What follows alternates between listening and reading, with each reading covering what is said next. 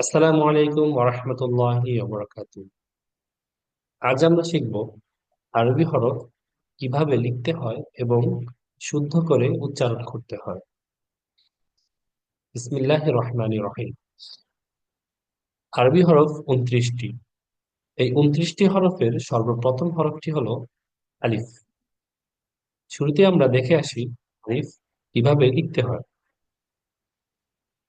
শুরুতে উপর থেকে সোজা করে নিচ পর্যন্ত সোজা বরাবর আসলে এটি হলো আলিফ।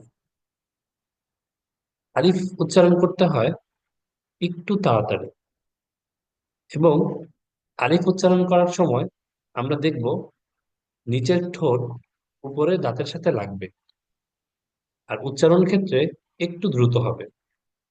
আলিফ, আলিফ, আলিফ।